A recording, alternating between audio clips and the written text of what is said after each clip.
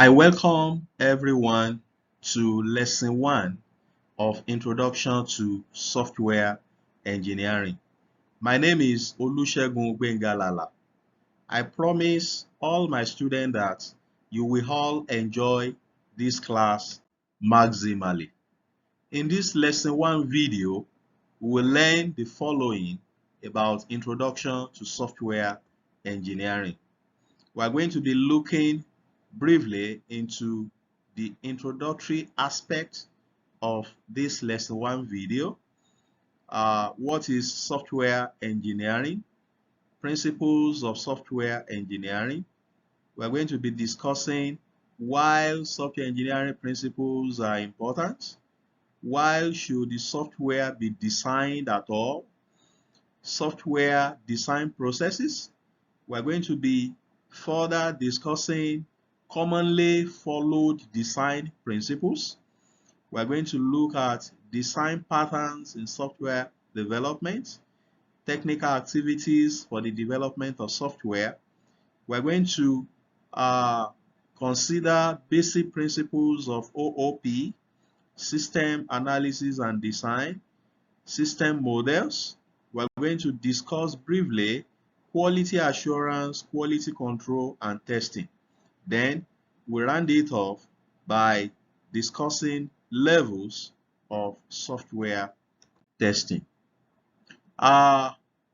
Moving forward, I want to say that software developers, architects, and managers have to contend with many issues such as not paying attention, stupid code errors and misprints, personal problems, and bad moods. There are quite a number of things that are contending with software developers. And the earlier we begin to deal with some of these things that are contending with software engineers, the better. And when we have software engineering principles that will guide them to be able to navigate all the necessary crucial stages that will make software to be deliverable at the end of the day, the better. Therefore, it is crucial to follow a set of software engineering principles that are critical to the design, development, and creation of the software. The principles of software engineering is so germane, and I'm going to be rolling out guidelines about how they should write software or develop software free of error, clear, and that are maintainable. Moving forward, what is software engineering really is? Software engineering entails understanding and analyzing user requirements, then designing, developing, and testing software applications to meet those needs using scientific principles, procedures, and methods. Software engineering must be able to capture users' requirements, so that at the end of the day, when you want to deliver the software to those, the primary user, those that will actually make use of the software, then it will be able to fit into their needs. So users' requirement is key, is very, very germane. Okay? Ultimately, software engineering results in an effective, reliable, and high-quality software product that meets user requirement. I want to quickly discuss principles, some of these principles of software engineering. The first one I want to talk about, there are quite a number, but I have to limit it to this so that we'll be able to move on as quickly as possible. There is a particular one we refer to as KEYS, meaning keep it simple, stupid. Code should be as simple as possible. As simple as possible. without a complicated structure. Somebody else must be able to pick your code and understand what you have written. Okay? Another one is dry. Don't repeat yourself. The principle of dry states that we shouldn't repeat the same thing too many times in too many places if you want to make the code you have written to make more sense.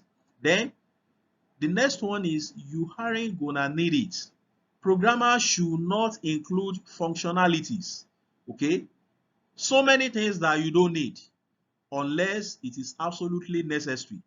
It states that you shouldn't introduce things to solve future problems. Focus on now that don't exist yet. Okay, do not bother yourself. Focus on now and get the problem resolved. Another one is big design upfront, BDUF. A developer should design the project first, create the flow of the diagram, and then implement it later. Okay, you make certain design in order to ease the level of your commitment. Okay, so that later some of these designs that you have done, you have created, it will be as easy as possible when you get there later in the future.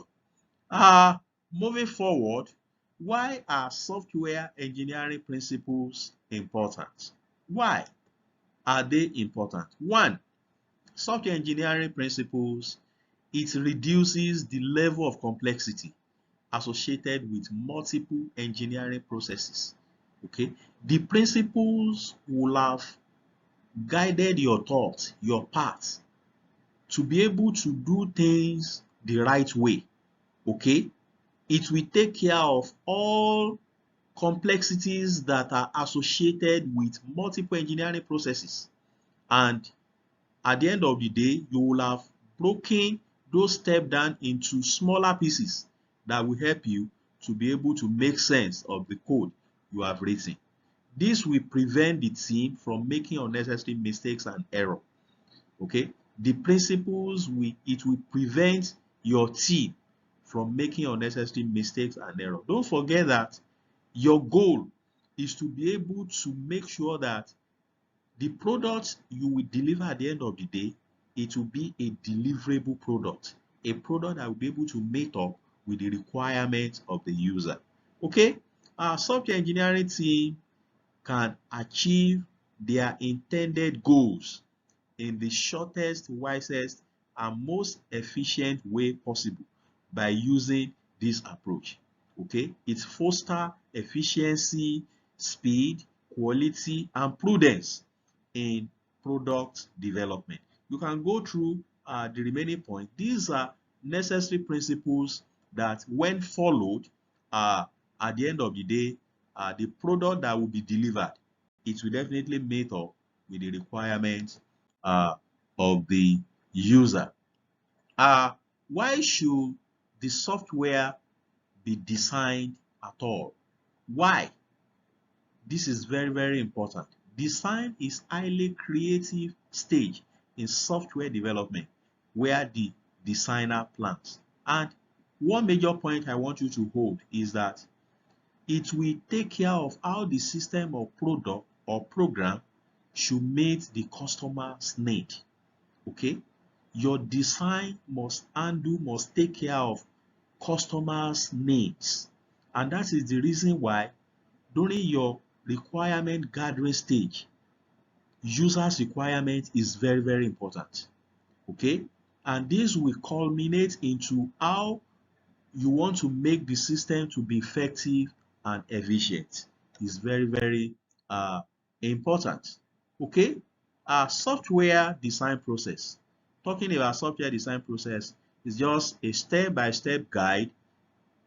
Software is important in making things simple, okay, and accessible within a few clicks. Software design is a process that helps in creating the plan, foundation, or blueprint of software, and it is divided into three levels, namely the interface design, the architectural design, and the details design. The interface design specifies the interaction, the interconnection between the system and the user. Architectural design talks about is the specification of the component of the system and the uh, the a kind of interaction between them. Okay, it will show the relative interaction between what you have designed. The detailed design specifies the internal structure of the component, the relationship, the data structure, the algorithm, uh, and so on and so forth. What are the commonly followed design principles?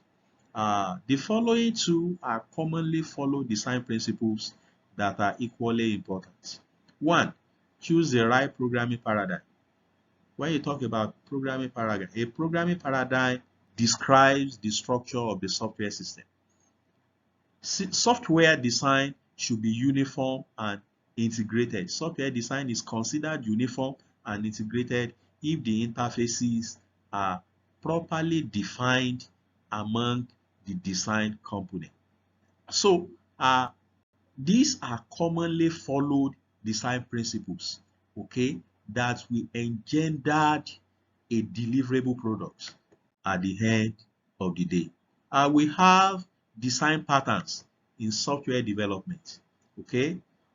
We have what we call creational design patterns, and in creational design patterns, it deals with object creation and initialization, providing guidance about which objects are created for a given situation. And these design patterns are used to increase flexibility and to reuse existing code. Okay? Another one is structural design patterns. A structural design pattern deals with class and object, okay, composition, or how to assemble objects and classes into larger structure.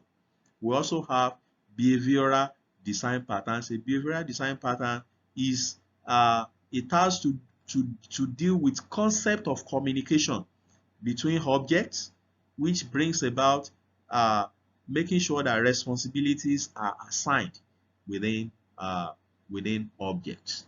Okay. Moving forward, I want to quickly talk about technical activities for the development of software. Number one, domain modeling, which talks about understanding the environment in which a system may be introduced. When you are talking about domain, you are talking about where it is happening. Okay, and all of this will be taken care of during requirement gathering stage. There are quite a number of things you need to do during requirement gathering stage. It's very important. If you did not take serious the process of requirement gathering, many things will be affected. So the business product and processes and rules, and this is typically an activity that precedes a decision to develop a software system. So you delved into this even during requirement gathering stage. And talking about requirement is also is technical, okay, also known as requirement engineering, a set of steps including requirement elicitation. When you talk about requirement elicitation, you are talking about requirement gathering. Okay, you want to elicit requirement, you want to you want to get requirements that will be needed in developing a software that user will appreciate at the end of the day, where you identify the problem and requirement analysis is done, where you categorize, prioritize, and take care of model requirement, and this define what the system is to do. Okay, requirement gathering is very important. So when you talk about requirement, is so germane to producing software product that will meet up with users needs at the end of the day. Design. determining how you will solve the problem, the implementation, okay? At the implementation stage, you are acting upon decisions that you have made at the design stage. And at the testing stage, you are testing what you have done, okay? And you want to determine whether or not you have solved the problem or not, okay?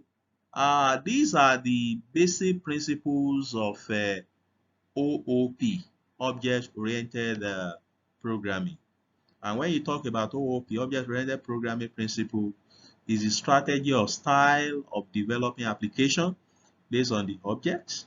Okay, anything in the world can be defined as an object, and in the OOP, it can be defined in terms of its properties and behavior. Okay, when you talk about objects, okay, object-oriented programming, it has 4 major components. The first one is object. Object is the entity that makes the classes to be implemented into the program. It makes the features, the property, and behavior of the class implemented. Okay, a car is an object. Okay, so when you talk about object, you are talking about the entity that makes the class to be implemented. Okay, not only that, another major component is the class. A class can be stated as the blueprint of the object. You can refer to a class as the blueprint of an object. Okay, that's the way you normally define. And this states what the object can do. It speaks to what the object can do. It contains all the features, attributes, and behavior of what the model, okay, can do.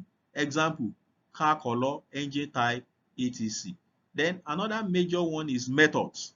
Methods are the attribute of the class, which are defined for the specified behavior of the object. Okay, you know all of this. Okay, I also want to state that when you talk about an instance, it is the member of the class. Okay, the instance of an object is the member of that particular class. Okay, moving forward, I also want to delve a little bit into system analysis and design.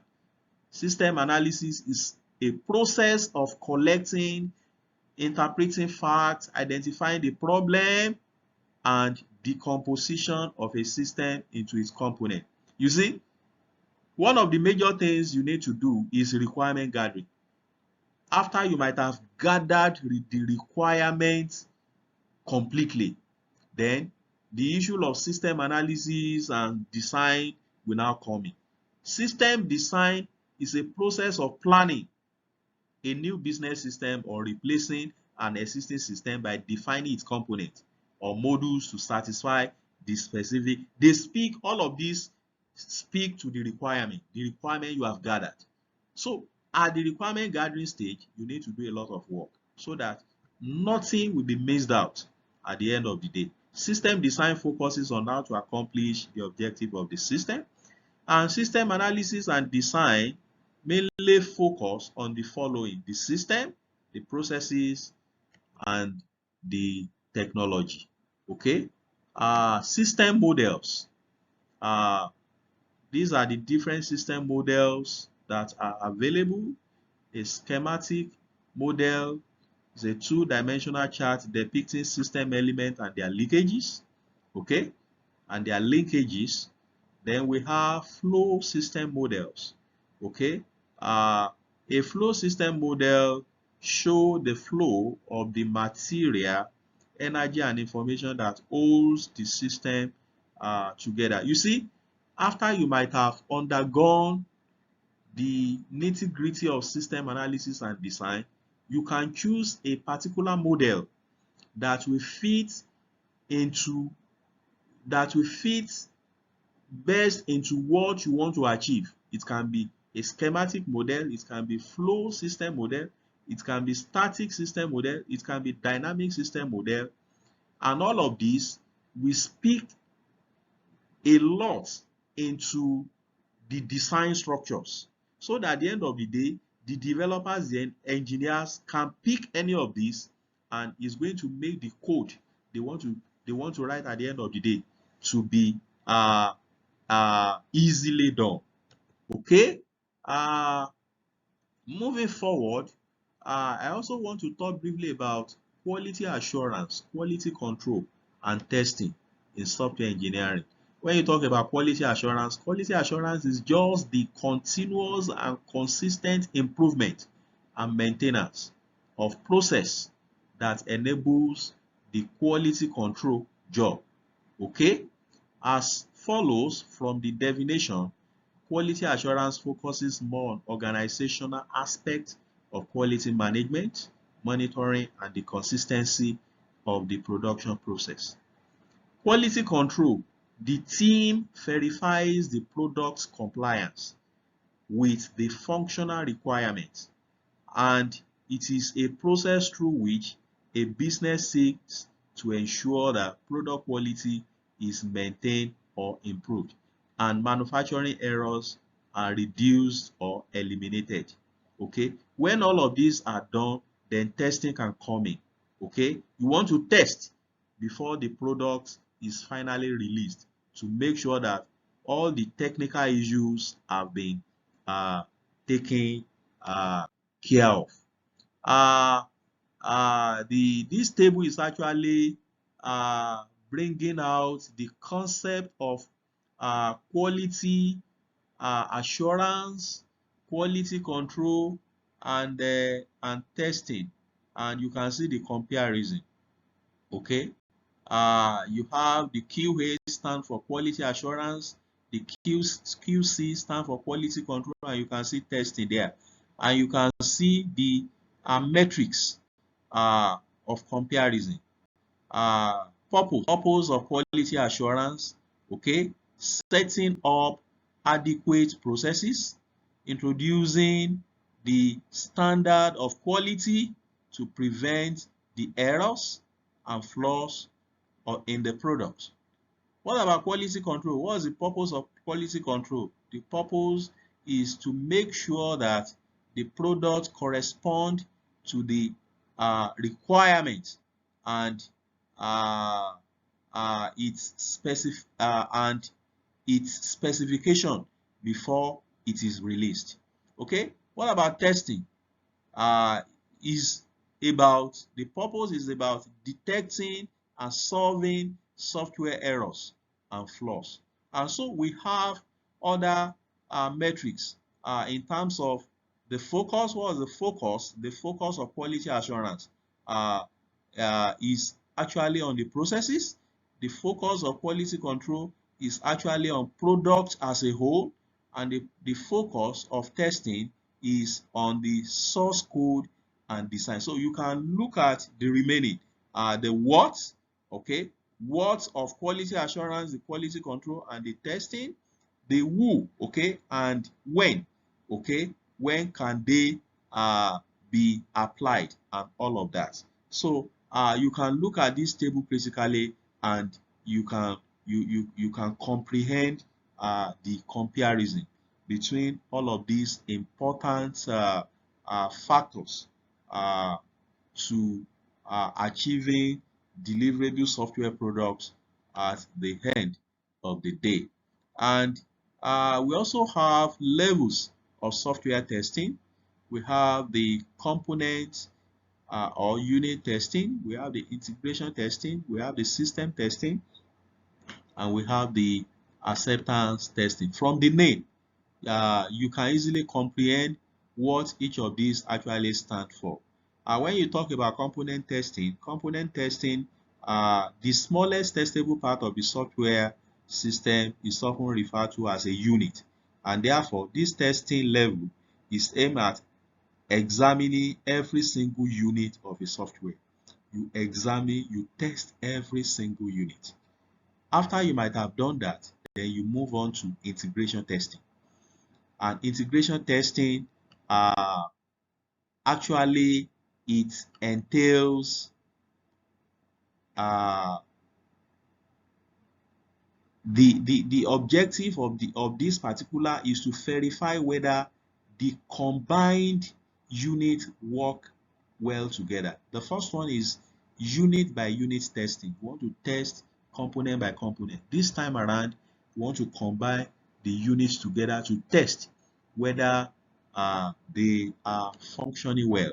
Okay, after the integration testing, another one is system testing. Okay, system, you are looking at a complete software system. Okay, you want to test it as a whole and see whether there will be error or some or or or a kind of flaws that you can easily remedy before you deliver the product to the user. And the last but not the least here is user acceptance testing. After you might have done all of this, you need to uh, take it, allow the users to access it before you finally deliver it. This is the last stage of the testing process where the product is validated against the end user requirement. You know, in the requirement gathering stage, you have already gathered the end user requirement. And this time around, you have to validate all of these things you have done against their requirement to make sure that the product actually take adequate care of all the requirements you have elicited in the first instance. On this note, I want to say that this will mark the end of lecture 1 video uh, for introduction to software engineering.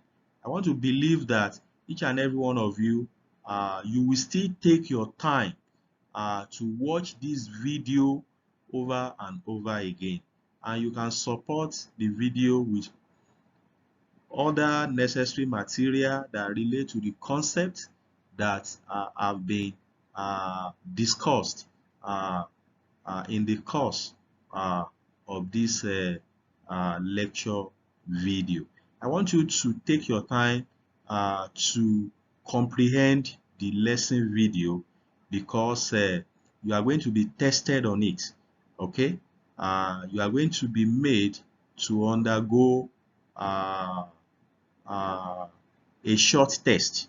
Okay, I will be communicating with you on how to go about the short test, but this video is one of the things you must actually take your time to listen to, especially on Monday 24th of July 2023. Listen and listen and listen.